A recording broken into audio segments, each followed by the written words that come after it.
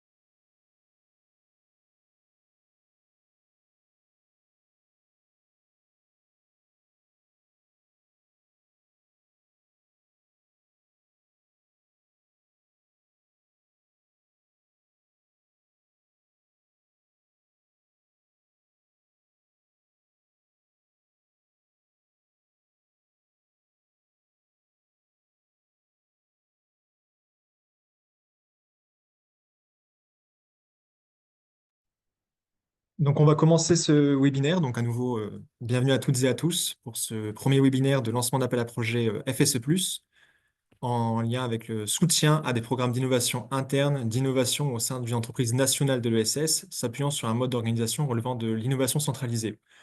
Pour ce webinaire, je suis accompagné par ma collègue Émile Normand, responsable adjointe à l'organisme intermédiaire FSE+, et par Michael Barr, responsable du pôle consolidation et changement d'échelle,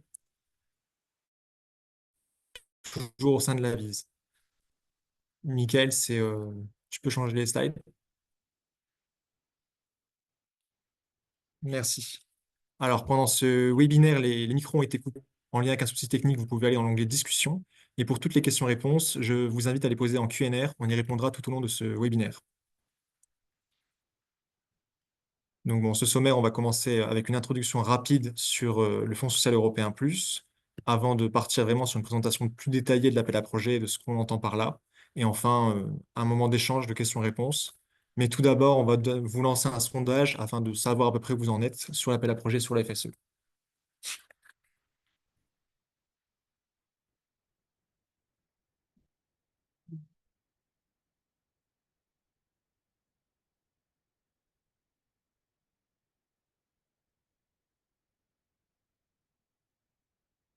Normalement, le sondage est lancé. On vous laisse une petite minute pour y répondre.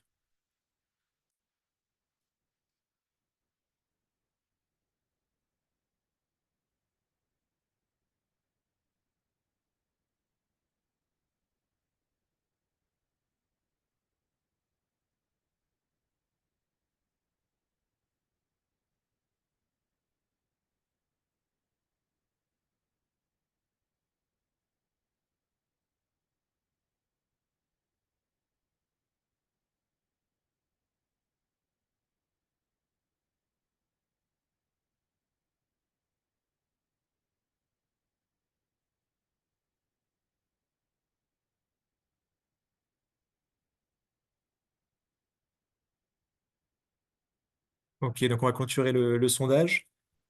À première vue, vous êtes plutôt des fins connaisseurs du FSE+, pour la majorité d'entre vous, puisque vous avez aussi déjà bénéficié en grande partie d'un fonds social européen au niveau régional ou au niveau national.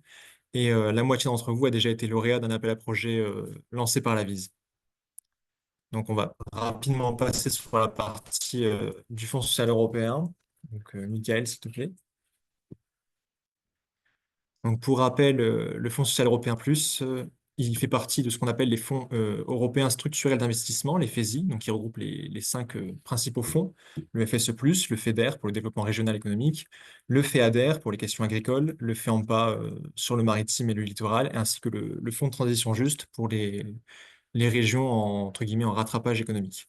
Donc, ces cinq fonds européens d'investissement visent à réduire les écarts de développement entre toutes les régions et États membres de l'Union européenne. Ils s'inscrivent aussi dans la stratégie de croissance de l'Union européenne à horizon 2030 pour avoir une Europe plus verte, plus intelligente, plus connectée et plus proche des citoyens.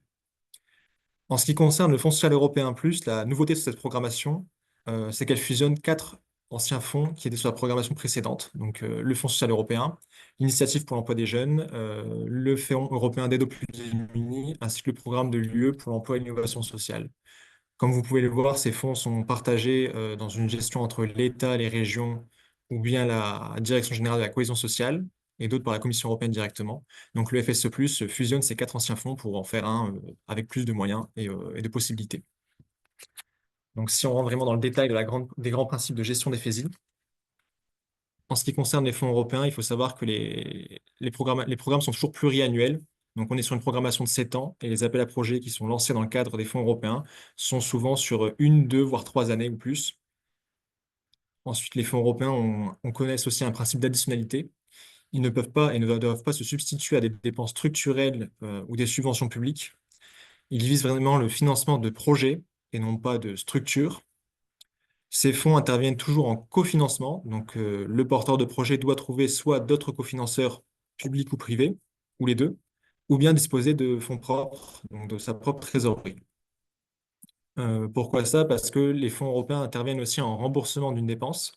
Donc les paiements sont vraiment effectués à la fin de votre projet parce qu'ils remboursent des dépenses qui ont été déjà acquittées. C'est pour ça qu'on alerte souvent les porteurs sur la nécessité d'avoir des cofinanceurs ou une trésorerie. Donc les fonds, ils ont aussi un principe d'incitativité et de pérennité pour faire effet levier. Donc les projets ne peuvent être achevés à la date du dépôt seulement dans le cadre des appels à projets. Et on doit aussi assurer la pérennité, les objectifs de réalisation du projet, leurs résultats lors des contrôles. On a aussi une notion sur la performance pour atteindre les résultats et objectifs qui ont été déterminés dans votre demande de subvention. Et enfin, les fonds européens sont sujets à contrôle, donc de différents niveaux. Donc les dépenses que vous allez déclarer dans vos projets sont contrôlées par des gestionnaires afin de s'assurer que les dépenses soient éligibles ou rentrent dans le cadre du projet. Et ces vérifications se font sur pièces comptables, donc comme des bulletins de salaire, et aussi des justificatifs de réalisation qui sont en lien avec le projet. Après, si vous le souhaitez, vous pouvez en apprendre un peu plus sur le fonctionnement du FSE avec notre guide pratique, les fonds structurels et la bonne gestion d'un projet dans le cadre d'un appel à projet. C'est disponible sur le lien ci-joint et sur le site de lavis.org. Et enfin, pour terminer la petite partie FSE+, on vous annonce qu'il y aura un prochain webinaire qui sera vraiment dédié au dépôt de la demande FSE sur la plateforme de système d'information qui s'appelle Ma démarche FSE+, si vous ne le connaissez pas, et aussi sur les critères d'éligibilité de l'appel à projet, vraiment les critères du Fonds social européen. Le lien d'inscription est aussi sur l'article avis.org, disponible dans l'espace Financer l'ESS, ou bien au même lien que vous avez trouvé pour ce webinaire. Je vais passer la parole à mon collègue Mickaël qui va vous présenter un peu plus en détail la projet. Bonjour à toutes et à tous. Donc je suis Michael Barth, je suis en charge du pôle sur les questions de consolidation et changement d'échelle. Et donc je vais vous expliquer un petit peu plus l'appel à projet en question qui cherche à financer donc des structures qui portent des cellules, départements en charge de l'innovation. Donc l'idée c'est de revenir un peu sur la philosophie, l'intention stratégique de financement, la cible et les conditions bien sûr de l'appel à projet. Et donc il y aura un temps de questions-réponses après. Peut-être pour revenir donc sur l'intention stratégique, alors on se base sur un guide qui existe à la Vise, hein, que vous pouvez télécharger sur notre site sur les stratégies d'innovation dans l'ESS. Donc là, vous avez une slide qui apparaît à l'écran et qui est issue de ce guide. Donc l'idée, hein, l'intention, la philosophie de cet appel à projet, c'est de financer les processus d'exploration. On dit souvent dans le monde de l'entreprise, même conventionnel, qu'il y a une phase exploitation, donc les opérations, développer des activités. C'est aussi vrai dans l'ESS, hein, on développe des activités pour une mission d'utilité sociale et ou environnementale. Et de la même manière, il y a des besoins d'exploration et donc de passer du temps à faire émerger des nouvelles solutions qui répondent à des nouveaux enjeux, à des nouveaux besoins, de les expérimenter, de les évaluer, de les modéliser, avant de, si possible, en fonction des résultats, eh bien, les diffuser, voire, alors on a mis dans le guide institutionnaliser, mais en gros, c'est les généraliser. Ça peut être au sein de la structure, ça peut être en les faisant devenir une politique publique, pourquoi pas. Bref, il y a différents moyens de le faire. En tout cas, tout ça, c'est un cycle à part entière qui nécessite des moyens, ça prend du temps. Et donc, bah, le constat, c'est que c'est peut-être plus compliqué dans l'économie sociale et solidaire de dégager des excédents, de dégager de la ressource, des moyens pour financer ce cycle d'exploration. Et donc, voilà, l'intention de cet appel à projet, c'est bien de aider les structures à vocation, à envergure plutôt nationale, pour avoir des ressources et donc avoir une entité dédiée à l'innovation qui couvre l'ensemble du cycle. J'insiste là-dessus. L'idée, c'est pas d'appuyer une des phases présentées à l'écran, c'est plutôt de couvrir tout. Alors, institutionnalisation, c'est un peu plus entre parenthèses quand même, parce que ça dépend de plein de choses en dehors de la vie des entreprises et des structures. Mais voilà, l'idée, c'est d'aller de l'émergence à la diffusion, en tout cas, et d'avoir des programmes d'innovation qui couvrent ces différents aspects. Donc, l'autre point, c'est toujours dans le guide, hein, stratégie d'innovation. Il y a différentes manières de faire de la R&D, de faire de l'innovation. L'idée, c'est plutôt, là, à travers cet appel à projet, de soutenir les structures, les entreprises de l'ESS. On dit entreprises de l'ESS au sens large, hein, donc ça inclut bien sûr les associations, les coopératives, voilà, tous les statuts selon la loi 2014. Mais en tout cas, l'idée, c'est pas de soutenir des projets qui vont externaliser leur R&D, mais plutôt des projets qui vont internaliser, qui vont la déployer en interne pour voilà, développer des compétences propres à l'innovation au sein de la structure.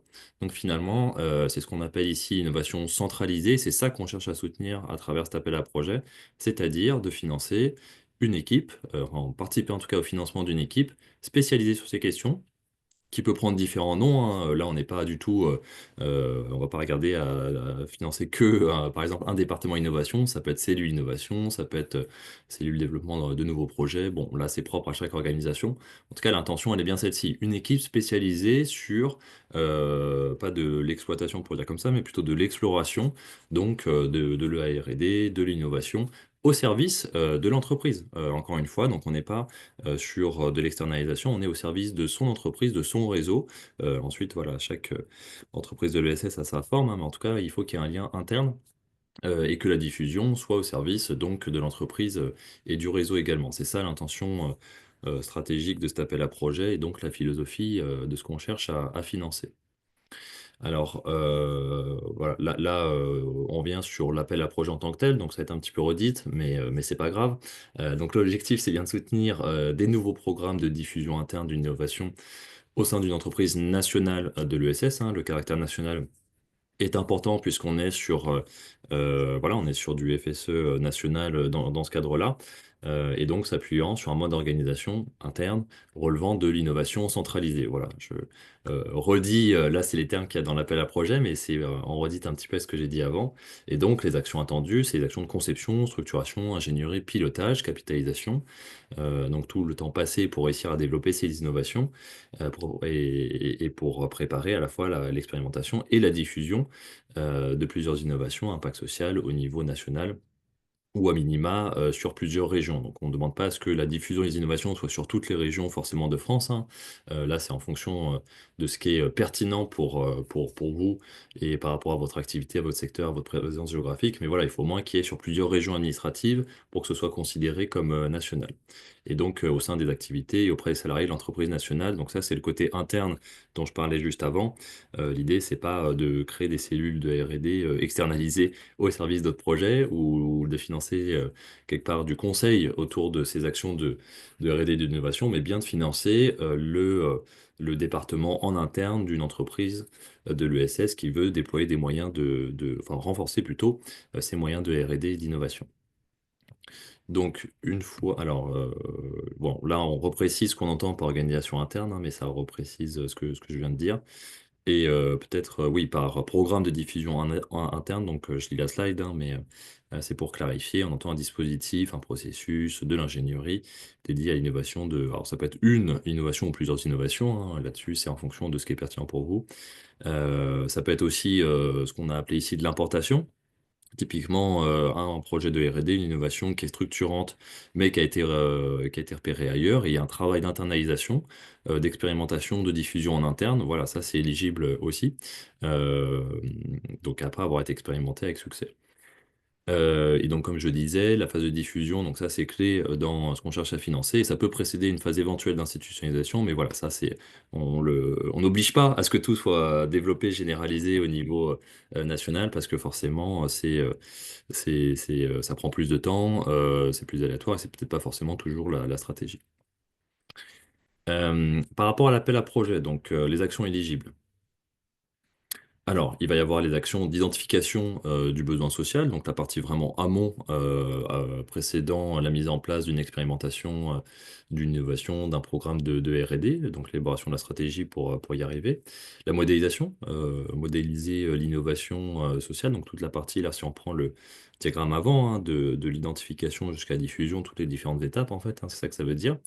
Modélisation d'une ou plusieurs innovations sociales expérimentées ayant fait leurs preuves, la conception d'un programme pour la diffusion de cette innovation en s'appuyant sur des ressources donc internes et donc sur la cellule innovation R&D comme on l'appelle pour diffuser, l'ingénierie de déploiement de ce programme, la production d'outils, toute la partie capitalisation pour développer des outils visant à faciliter le transfert, voilà tout ça c'est éligible et donc capitaliser sur les bonnes pratiques, faire des guides pour faciliter le déploiement de ces innovations pour capitaliser, partager les bonnes pratiques en termes de R&D. Voilà, ça, c'est des choses qui peuvent être éligibles également. Donc, comme vous le voyez, on se réfère vraiment sur le petit schéma qui est dans le guide stratégie innovation et on couvre les différents stades à travers ces actions. C'est ça l'intention stratégique. Donc, sont éligibles sur les critères d'éligibilité, forcément, uniquement les entreprises de l'économie sociale et solidaire, au sens de la loi, comme je disais. Donc, différents statuts. Société commerciale aussi, qui respecte les critères déterminés dans la loi. Au niveau de la temporalité projet, donc on est sur une temporalité qui peut aller jusqu'à 3 ans dans l'appel à projet. Donc ça veut dire que le financement, voilà, le programme de R&D déployé enfin les actions éligibles peuvent être couvertes sur une durée de 3 ans à partir du 1er janvier 2025. Donc c'est-à-dire que là on est sur une possibilité pour vous de faire du rétroactif, mais il n'y a pas d'obligation non plus. Et par contre, la bande temporelle de fin de projet est à 2028. Donc là, c'est 12 à 36 mois. C'est vous qui, dans la réponse, je laisserai Anthony, l'équipe FSE préciser un peu plus, mais voilà, c'est vous qui proposez un projet qui doit rentrer dans ces bandes temporelles et qui doit correspondre à ce qui est pertinent pour vous, à votre stratégie. Sur la géographie, on l'a dit, nationale, c'est minimum 2 régions administratives, hein, en termes de diffusion notamment. Et du coup, pour l'entreprise éligible, il faut que vous soyez une entreprise à caractère national, en tout cas, ou une tête de réseau national, dans le sens où vous avez la capacité à proposer des actions de dimension nationale ou interrégionale, donc au sens de 2 régions administratives. Et sur le financement, on est sur un montant plancher, donc de FSE de 250 000 euros. Donc ça, c'est le plancher, avec un cofinancement à 40% du total des coûts éligibles. Donc voilà, si, pour s'assurer que vous compreniez bien. C'est-à-dire que le programme, le projet que vous proposez pour le FSE, il doit être d'un montant minimal de 625 000 euros, puisque le minimum avec le cofinancement de 40% de financement, c'est 250 000 euros de FSE. Donc voilà, ça c'est les planchers, mais ça veut dire que le programme ne peut pas être de 250 000 euros. Le 250 000 euros, c'est le 40% de cofinancement. S'il y a des questions par rapport à ça, on pourra y revenir. Et encore une fois, c'est le plancher. On l'a pas mis ici, mais donc on est sur un appel à projet à 4 millions d'euros hein, au total. Euh, sur les forfaits, peut-être je te repasse la main là-dessus, Anthony? Avec plaisir. Alors, sur les forfaits, sur cet appel à projet, seul le taux forfaitaire de 40% est ouvert, c'est-à-dire que vous allez devoir renseigner et justifier les dépenses salariales, toutes les dépenses de fonctionnement ou l'appel à de la prestation externe font partie donc du forfait de 40%. Donc, en termes de coût total éligible sur votre projet, on va partir sur toutes vos dépenses salariales, avec les coûts restants pour les dépenses dites administratives. Et ensuite, on rajoute donc ce fois 1,40 qui englobe les dépenses de prestation et de fonctionnement de votre structure pour le projet. Aussi, dans l'appel à projet, seront retenues uniquement dans les dépenses de personnel des personnes qui sont affectées soit à 100% sur le projet ou à taux mensuellement fixe avec un minimum de 50%. Il faut aussi s'assurer dans votre demande de subvention que les personnels mobilisés soient bien affectés au projet de manière opérationnelle, donc dans l'innovation centralisée, la diffusion du programme, etc. Les missions qui sont vraiment d'ordre administratif sont plutôt liées au FSE et ne rentrent pas dans les personnes à valoriser sur les dépenses de personnel. Et aussi, dans votre demande de subvention, le porteur doit fournir à minima le contrat de travail ou bien une fiche de poste si c'est un recrutement, ainsi qu'un modèle de lettre de mission. Ces modèles sont disponibles dans ma démarche FSE+, ou sur fse.gouv.fr. Et aussi, vous pouvez également déjà fournir des exemples de justificatifs de réalisation ou de respect de la publicité FSE+, dans votre dossier de demande. Je te rends la parole, Michael. Ouais, merci Anthony. Sur les autres critères d'éligibilité et comment on va évaluer les projets qui seront sélectionnés, je vais commencer par les critères d'évaluation. Il y en a trois principaux. La pertinence du projet vis-à-vis du besoin et du potentiel d'impact hein, au niveau national. La clarté du dossier, la pertinence et qualité des modalités proposées dans le programme de diffusion, donc la qualité intrinsèque de la stratégie que vous proposez par rapport au déploiement, au renforcement de votre CU Innovation R&D, et votre positionnement, la légitimité et votre capacité en tant que candidat à apporter et déployer le programme. Donc plutôt là sur les moyens et la cohérence entre vos objectifs et les moyens que vous proposez. Donc ça, c'est les trois grands critères avec les pondérations que vous voyez qui sont en face. Et ensuite, ce qu'on regarde quand même, c'est les critères que vous voyez en haut. Votre niveau de maturité aussi bien, parce que vous l'aurez compris, on vise pas là des nouvelles entreprises qui se créent, mais plutôt des entreprises déjà bien établies, voilà, qui ont déjà un rayonnement au niveau national et qui cherchent à consolider leur capacité d'innovation. Donc on est plutôt sur des entreprises matures dans la cible et au niveau de maturité aussi pour le portage du FSE. On pourra y revenir si vous avez des questions spécifiques là-dessus, mais voilà, on considère qu'il faut quand même un certain niveau de maturité, de processus de professionnalisation pour pouvoir porter efficacement le FSE. Ce qu'on attend, c'est du concret hein, sur les éléments de conception, stratégie de déploiement. Voilà, c'est un appel à projet. Il y a un financement qui est capé.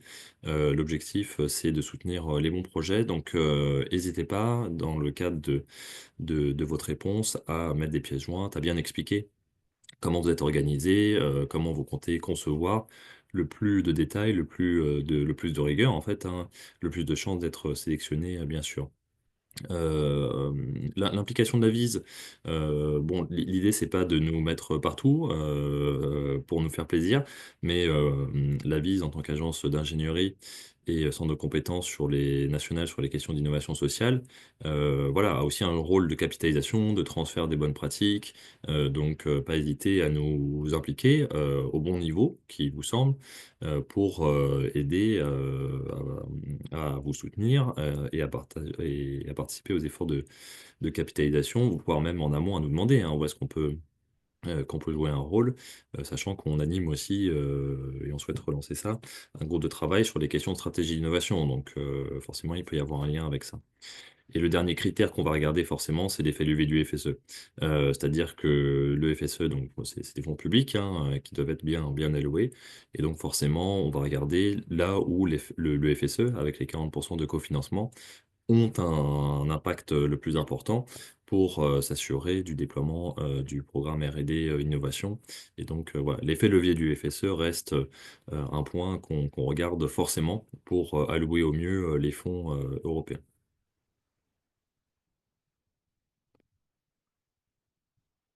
Sur le calendrier, je te repasse la main peut-être, Anthony? Alors sur le calendrier d'appel à projet, donc l'appel à projet sera clôturé le 7 avril à 23h59. Donc on vous incite à déposer votre demande de subvention avant cette date-là.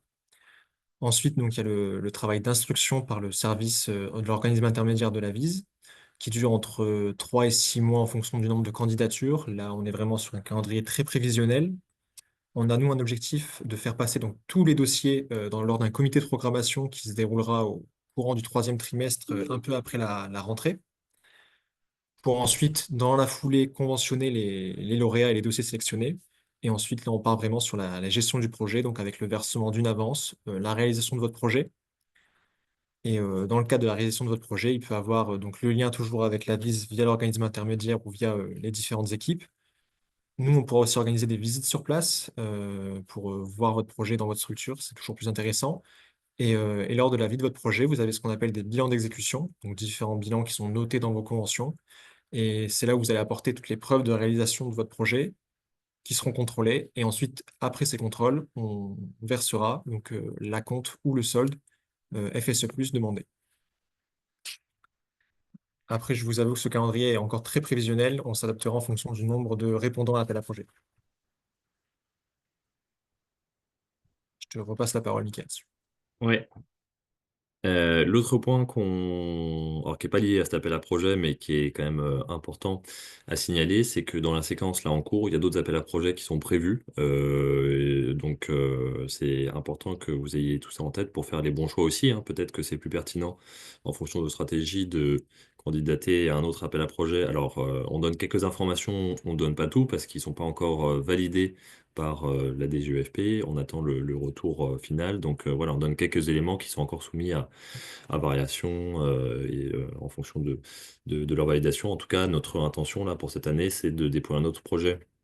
FSE, un autre appel à projet, pardon, concernant le soutien des programmes nationaux, donc pour financer plutôt de l'accompagnement, des programmes d'accompagnement sur les questions de changement d'échelle, qui est prévu à la fin du premier trimestre 2025. Donc on espère incessamment sous peu et un autre appel à projet pour le soutien à l'essaimage, soutien au changement d'échelle, un peu dans la continuité de l'appel à projet qui a été fait l'an dernier, hein, sur les questions d'essaimage aussi, et là qui est plutôt prévu pour le deuxième trimestre 2025.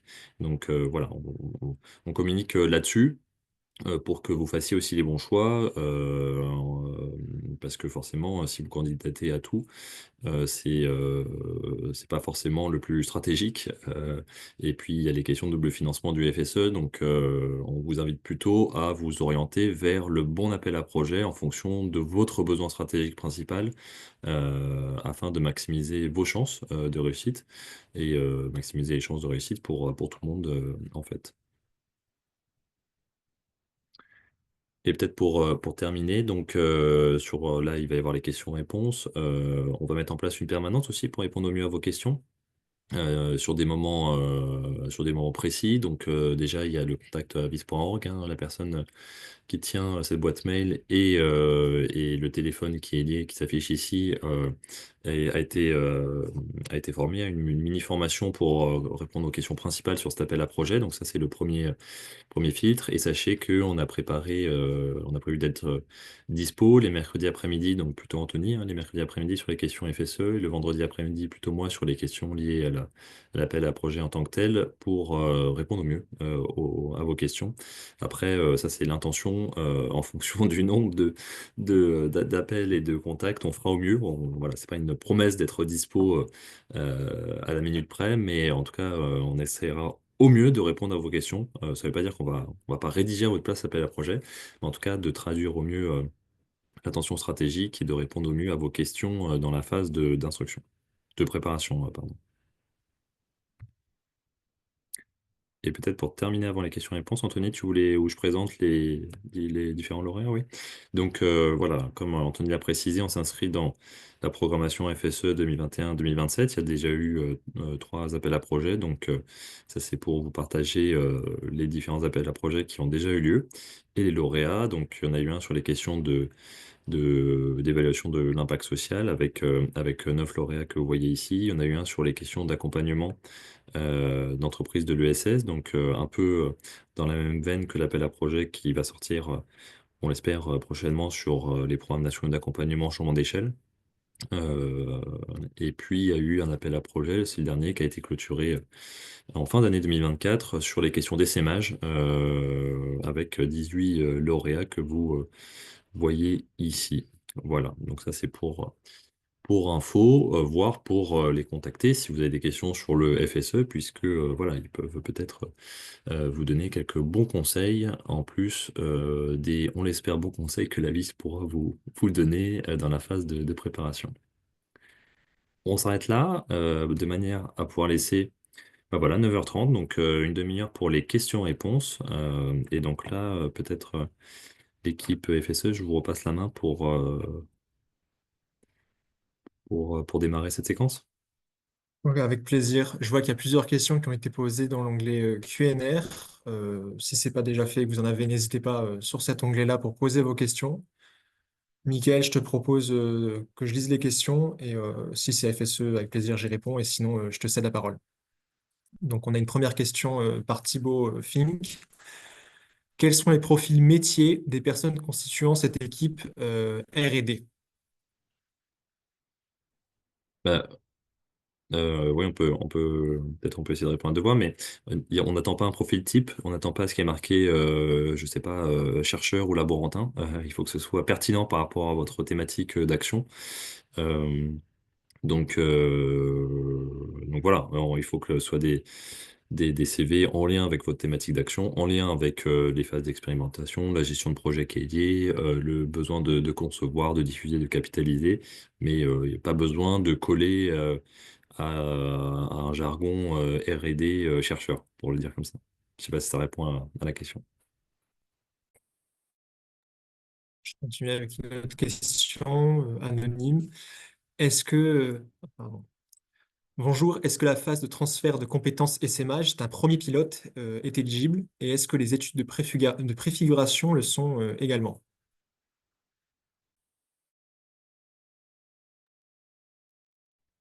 Alors sur le transfert de compétences, je suis pas sûr de voir le point parce que si l'objectif c'est de faire monter une offre de formation, c'est peut-être pas exactement la cible de l'appel à projet.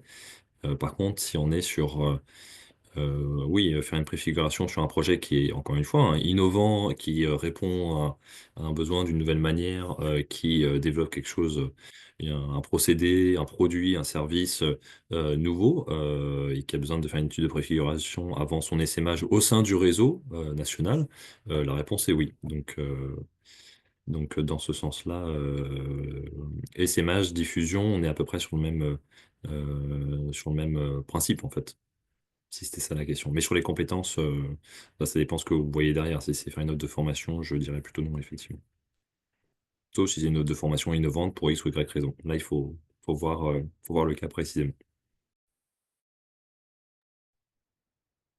Encore une question d'un spectateur. Est-ce que cela peut représenter de la création de nouveaux contenus sur des compétences nouvelles et est-ce que les enjeux, pardon, peuvent être liés à la transition écologique? Pour la question des enjeux, ça peut être lié à la transition écologique. Pour la première partie, je te laisse. Ouais, bien sûr, sur la transition écologique, tout à fait. Ensuite, sur la création de nouveaux contenus, oui, bah, de toute façon, si on est sur des nouveaux contenus, des nouvelles compétences qui sont à créer, qui répondent à un besoin qui est avéré, la réponse est oui, tout à fait.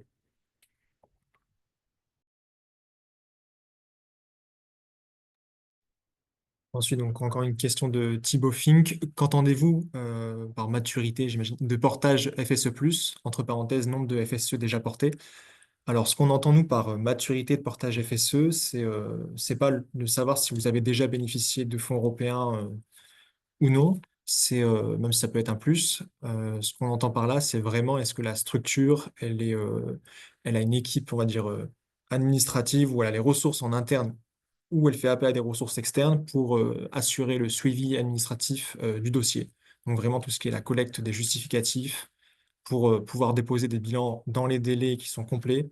Parce que nous, vraiment, on arrive en remboursement de dépenses. Donc si on n'a pas ces différentes pièces à contrôler, on ne peut pas verser le FSE. Donc, pour éviter de mettre en difficulté une trésorerie ou une structure, c'est vraiment ce qu'on entend par là pour savoir si la structure a déjà, avant même de bénéficier d'un fonds européen, les ressources internes pour assurer un suivi du dossier. Je continue. Bonjour. Dans l'ESS, il est rare d'avoir plus de 3 personnes dans une cellule innovation. Le coût plancher du projet étant de 625 000 euros sur 3 ans, cela paraît très élevé si cela comprend uniquement des salaires et le forfait de 40%. Est-il possible d'avoir plus d'informations sur le plancher minimum? Merci. Alors bon, oui, en effet, le coût total éligible minimum du projet est de 625 000 euros. Donc, tout dossier qui aura un coût total éligible inférieur ne pourra pas être retenu au titre de cet appel à projet. C'est un montant qui est certes élevé, mais si votre projet dure plusieurs années, le nombre de salariés et aussi même ce forfait de 40% qui rajoute un coefficient multiplicateur, on va dire, sur votre dossier, on atteint assez rapidement, on va dire, ces 625 000 euros sur 3 ans. Donc là-dessus, c'est à voir en fonction du nombre de personnes que vous allez valoriser sur le dossier et du nombre d'années sur le projet. Mais en tout cas, je confirme, on ne pourra pas aller en dessous de 625 000 euros de coût total éligible sur un projet. Alors, je prends une nouvelle question. Bonjour, nous sommes une Peut-être juste, association. excuse-moi Vas-y, Anthony, Mickaël. désolé de te couper. Une info, je suis pas sûr qu'on l'ait partagée. Mais c'est écrit dans l'appel à projet. On demande à ce que ce département, cellule, innovation, R&D, on peut l'appeler comme on veut, existe déjà et soit déjà existante depuis le 1er janvier 2024. Donc là, l'idée, c'est pas de créer un nouveau département innovation, mais de soutenir, renforcer voilà, ce département, cette équipe qui est déjà existante depuis plus d'1 an en fait. Donc on est vraiment sur du renforcement de moyens plus que sur l'opportunité de créer un nouveau département innovation. Merci, Mickaël. Bonjour, nous sommes une association qui travaille en partenariat avec un réseau de 150 associations. Nous les accompagnons financièrement et d'un point de vue méthodologique sur le déploiement de programmes que nous avons conçus. Dans ce cadre, nous faisons des innovations/expérimentations que nous déployons au sein de ce réseau avec un impact national, mais nous ne sommes pas une association nationale en tant que telle. Est-ce que cela fonctionne?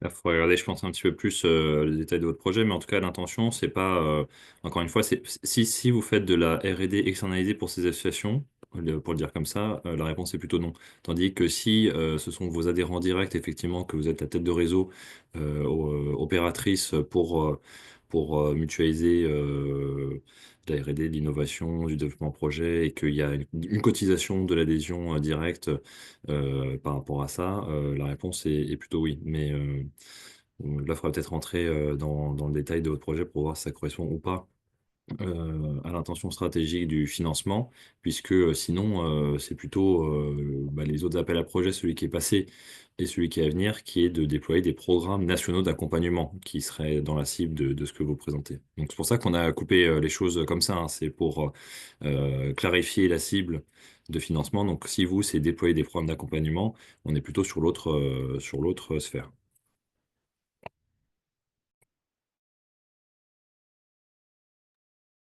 Donc, nouvelle question.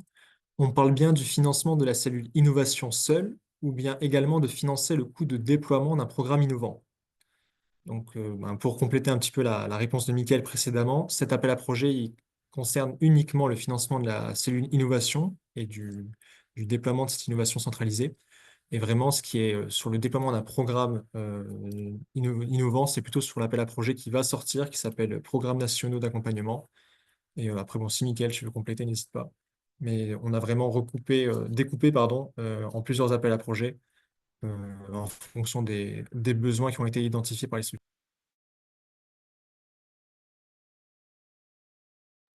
Je continue. question de Armel Dubois. Bonjour, quels sont les taux de cofinancement dans chacun des trois appels à projets? Alors, pour les appels à projets qui vont sortir, vu qu'ils n'ont pas encore été validés par la DGEFP, on préfère ne pas communiquer les taux de cofinancement. Et donc, sur cet appel à projet-ci, le taux de cofinancement est de 40% de FSE+ maximum. Dans tous les cas, dès que les prochains appels à projets sortiront, on communiquera et vous aurez accès au taux de cofinancement disponible. On comprend bien que c'est un point tactique ou stratégique important pour vous, hein. C'est pas ça la question, on voit bien le sujet, mais voilà, tant que c'est pas validé, pour nous c'est compliqué d'avoir une position et d'assumer comme ça dans un webinaire, parce que si ça change, on vous aura donné une fausse information. Donc voilà, on veut juste ne pas faire de fake news. Continue avec une question de Florence Armitano. Bonjour, pouvez-vous préciser comment l'AVIS pourrait accompagner le projet?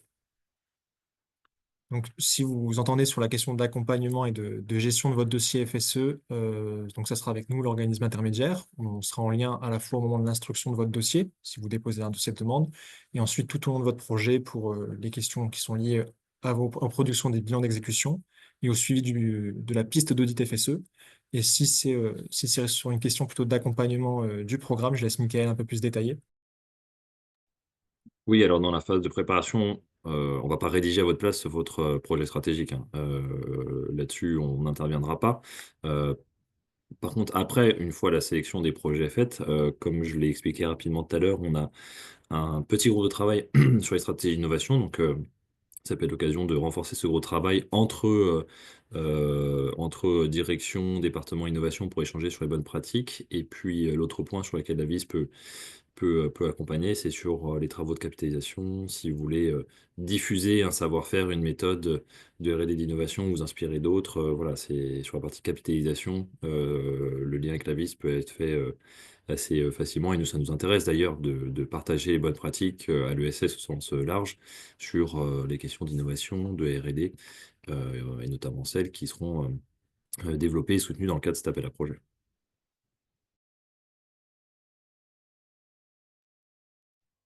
Question de Sophie Vanier. Bonjour, pouvez-vous réexpliquer le pourcentage des RH éligibles, 100%, 50%? Alors, concernant les ressources humaines, enfin, là, on n'a pas énormément de détails, mais en FSE, on préfère que ces ressources humaines ne soient pas directement valorisées dans les dépenses directes de personnel, puisqu'elles font partie du suivi administratif du dossier et donc elles rentrent dans le taux forfaitaire de 40%. Après, s'il y a plus de détails sur les RH, surtout au sein de votre structure, on serait friand de l'apprendre. Mais en tout cas, les ressources humaines sont par habitude plutôt considérées comme étant partie du taux forfaitaire de 40% et du suivi administratif du dossier. Alors, je continue avec la question de Julia Robineau. Est-ce que la création d'une application peut rentrer dans le cahier des charges?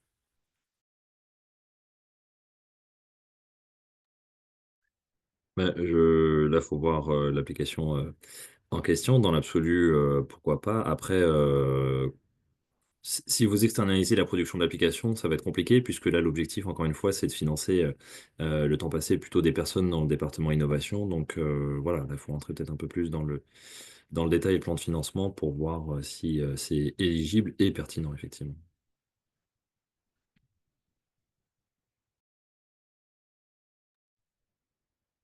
Bon, je reprends une question de Sophie Vanier. En plus des personnes des cellules innovation, nous pouvons valoriser des RH opérationnels qui mettent en œuvre, testent les innovations sur le terrain. Bon, là aussi, comme réexpliqué, les postes de RH sont plutôt considérés comme du suivi administratif. Après, là, il faut vraiment avoir le détail pour vraiment clarifier si ça rentre dans l'opérationnel du projet au sens entendu par l'appel à projet ou sinon ça part plutôt dans la question de suivi administratif et donc du taux forfaitaire de 40%. Je continue avec une question de Céline Bellinck. Bonjour. Est-ce qu'on peut associer les salariés travaillant avec la cellule innovation, donc un minimum à 50%, et qui appartiennent à une autre structure, lettre de mission avec des conventions de mise à disposition? Alors, tout à fait, vous pouvez valoriser des mises à disposition d'autres structures. C'est tout à fait autorisé par l'appel à projet. Donc, dans ce cas-là, si vous faites une mise à disposition de personnel pour tout ou une partie de leur temps de travail, ça devrait être justifié dans votre dossier de demande par une convention tripartite avec la structure prêteuse et le salarié en question, et qui est accompagné d'un document qui atteste de la réalité des temps passés sur le projet. Mais en tout cas, la mise à disposition est bien autorisée sur cet appel à projet. Question de Boris Marcel. Bonjour, est-ce que l'innovation peut être structurelle et concerner l'ensemble de la structure? Par exemple, l'évolution d'un modèle associatif vers un modèle économique via la création de nouveaux services. Compliqué de répondre de but en blanc comme ça. Un peu. Alors, c'est question très précise. Je pense que ça vaut le coup d'échanger un peu plus parce que la réponse va être forcément un peu rapide. J'aurais tendance à dire, enfin, point de vigilance tout de suite. Est-ce que là, on prétexte on prend un premier réflexe, hein, réponse à chaud, mais est-ce que l'innovation est un prétexte pour travailler le projet associatif? Parce que c'est pas l'intention stratégique. L'intention stratégique, c'est de financer plutôt le déploiement de nouvelles innovations, nouveaux services, nouveaux produits au service du projet associatif et pas l'inverse. Donc voilà, à voir dans le détail pour mieux comprendre la question, mais en tout cas, je vous réponds sur l'intention stratégique de l'appel à projet. Il est plutôt dans ce sens-là que dans l'autre. Après, forcément, en déploiement de nouvelles innovations, ça impacte peut-être le projet associatif, mais l'idée, c'est pas de travailler son projet associatif à travers cet appel à projet.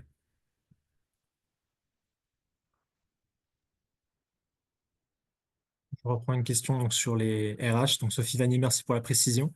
Par RH, vous entendez, oui, les salariés, donc pas les personnes qui travaillent sur les ressources humaines. Donc, oui, si ce sont des salariés qui travaillent dans cette cellule innovation et qui œuvrent à identifier ce besoin social, modéliser l'innovation, enfin l'une ou les innovations sociales et à les déployer, c'est tout à fait éligible tout à fait éligible et à valoriser dans vos dépenses directes de personnel. Après, si vraiment vous avez des questions très spécifiques, je vous invite à revenir vers nous par mail. Mais si vous entendez là des personnes qui travaillent vraiment sur l'innovation et sur son déploiement, c'est tout à fait éligible.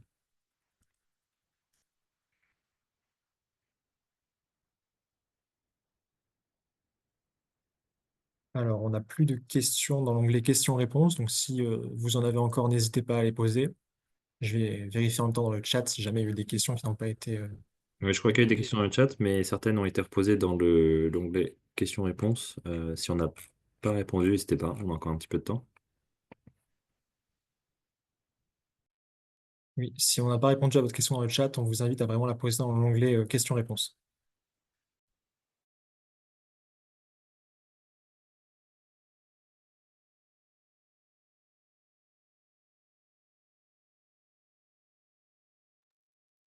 Anthony, je crois qu'il y a une nouvelle question dans le. Question-réponse, Anthony. Oui. Alors, dans le cadre d'une mise à disposition d'un salarié de la part d'une autre structure, faut-il que cette personne ait un bulletin de salaire de la structure qui candidate à l'appel à projet, ou peut-on présenter un bulletin de salaire de l'autre structure?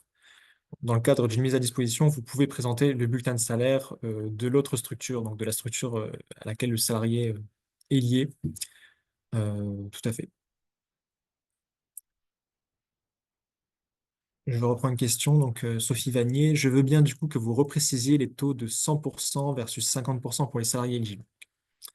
Donc, dans cet appel à projet, nous souhaitons que dans les dossiers de demande, afin de pouvoir mieux déployer cette innovation, que les salariés qui soient valorisés sur le projet le soient minimum à 50% de leur temps de travail, afin qu'on puisse s'assurer que leurs actions menées toute la semaine, enfin, au long de l'année dans la structure, soient vraiment dédiées en grande partie, voire à 100% de leur temps de travail, vraiment sur le projet FSE. Donc, c'est pour ça qu'on choisit, enfin, qu'on choisit, que les salariés qui sont... Entre 50 et 100, donc oui, si la oui, c'est personne, pas elle peut 50 ou s'y 100, mettre oui. à Ouais. 60, 70, 80, enfin n'importe.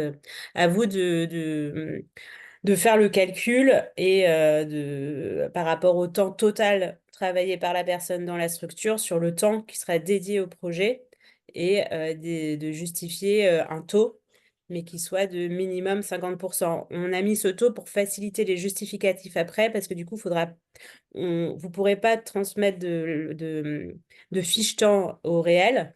Vous transmettrez une lettre de mission, c'est-à-dire qu'en début de projet, vous écrivez une lettre qui indique tel salarié travaille à 60% sur le projet entre telle date et telle date.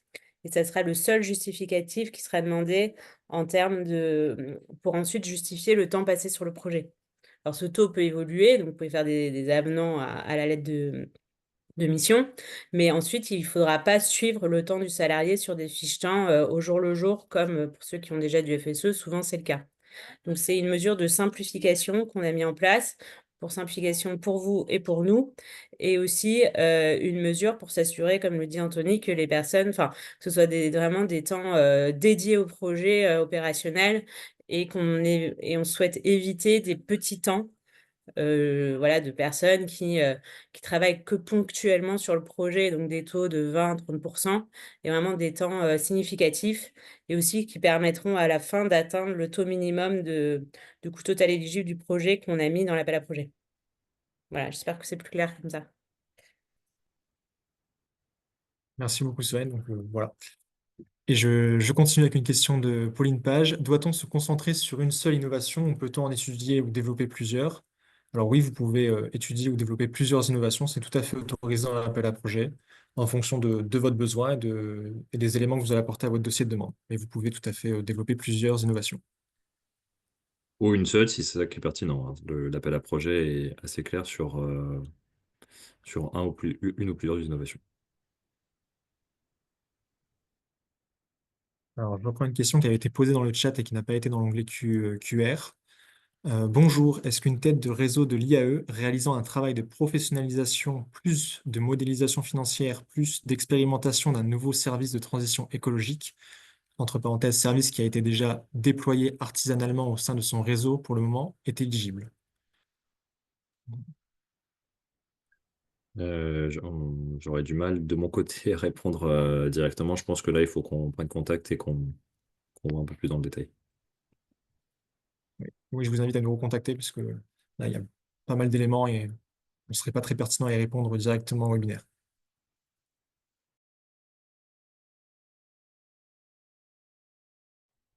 On laisse encore 2-3 minutes pour les questions et s'il n'y en a plus, on clôturera ce webinaire.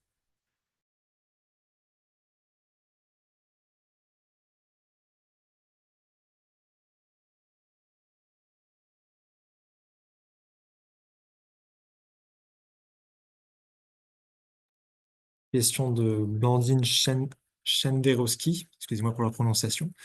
Si nous ne sommes pas une tête de réseau, est-ce envisageable de faire un consortium d'acteurs? Alors, les appels à projets lancés par la VISE n'autorisent pas le consortium d'acteurs. C'est pour ça que la mise à disposition de salariés par d'autres structures sont autorisées. Donc, malheureusement, non, vous ne pourrez pas faire de consortium d'acteurs. Ensuite, une nouvelle question. Si je peux juste Ouais, me permettre, Anthony, vas-y, Solène. pour compléter, donc effectivement, les consortiums d'acteurs ne sont pas éligibles. En revanche, comme il y a la question qui a été posée plus tôt, vous pouvez faire des mises à disposition de personnel. C'est-à-dire que vous pouvez avoir quelqu'un qui travaille dans une autre structure qui passe aussi du temps sur le projet. Et du coup, vous pouvez le déclarer en dépenses directes de personnel sur la base d'une convention de mise à disposition. Donc, par contre, il ne faut pas que ce soit, enfin, faut que ça reste équilibré avec le nombre de salariés de votre structure, mais vous pouvez avoir un ou deux salariés d'une autre structure qui travaillent sur le projet, ce qui permet un peu de contourner le fait qu'on ne puisse pas, sur le programme national, financer des consortiums d'acteurs en tant que tels. Après, pour le détail plus technique opérationnel sur comment est-ce qu'on peut valoriser des mises à disposition et sur quelle base justificative, ça sera précisé au webinaire du 13 mars. Donc, j'espère que vous êtes tous inscrits déjà. Merci. Merci, Solène. Je continue avec les questions. Faut-il avoir validé des cofinancements au moment du dépôt? Alors non. Donc, si vous les avez déjà, on va dire tant mieux, vous pourrez déjà les valoriser et mettre les conventions dans votre dossier de demande. Sinon, ce n'est pas un impératif dans votre dossier de demande, mais si vous avez déjà identifié des possibles cofinanceurs ou déjà commencé à étudier et à échanger avec eux, vous pouvez déjà les indiquer, mais ce n'est pas une condition obligatoire dans votre dossier de demande. Alors, est-il possible de faire une mise à disposition de salariés avec une autre structure SAS? Alors, à première vue, je dirais plutôt que non, puisqu'on lance des appels à projets qui sont vraiment dédiés à des entreprises de l'ESS. Néanmoins, je vous invite à reposer la question par mail, comme ça on vérifiera sur un point de vue réglementaire, si c'est autorisé ou non. Mais en tout cas, la structure qui dépose un dossier de demande doit être une entreprise de l'ESS au sens de l'article, enfin de la loi de 2014. Question de Pauline Page, les mises à disposition peuvent-elles être de moins de 50% en termes de temps de travail? Alors non, parce que ces temps-là ne seront pas éligibles.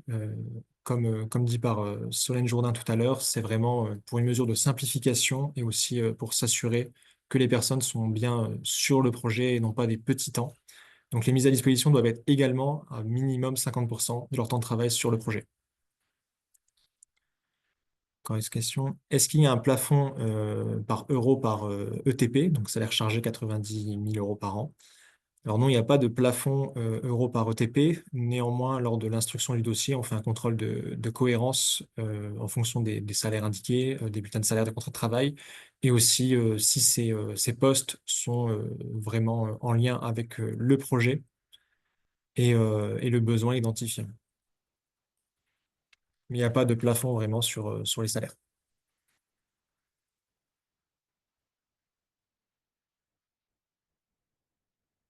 Il nous reste encore 2 minutes, donc si vous avez des dernières questions, n'hésitez pas.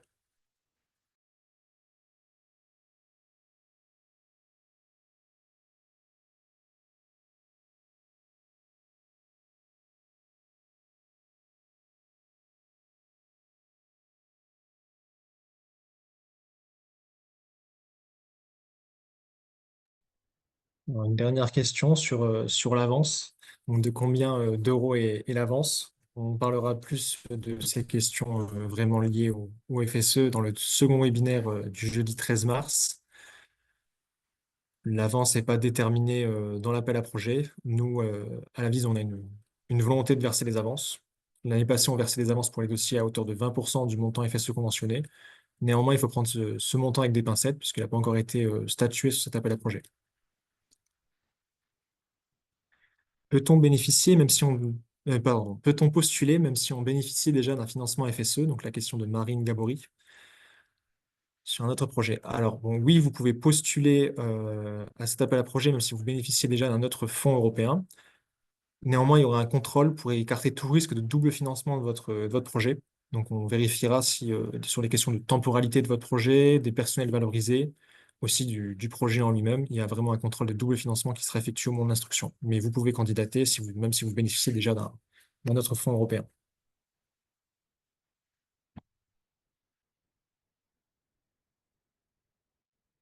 Alors, il est 10 heures. Je vous propose de clôturer ce webinaire. Merci à tous pour votre participation active et votre présence tôt ce matin. Si vous avez des questions, n'hésitez pas. Donc, la boîte mail de la VIS et le numéro de téléphone sont disponibles. Il y aura aussi un autre webinaire, donc le jeudi 13 mars, entre 9 heures et 10 h 30, sur les questions plutôt FSE et du dossier de demande. Et sinon, on est toujours là avec Mickaël et les différentes équipes pour répondre à vos questions. Merci à vous. Bonne journée et à très bientôt, on l'espère. Bonne journée, au revoir.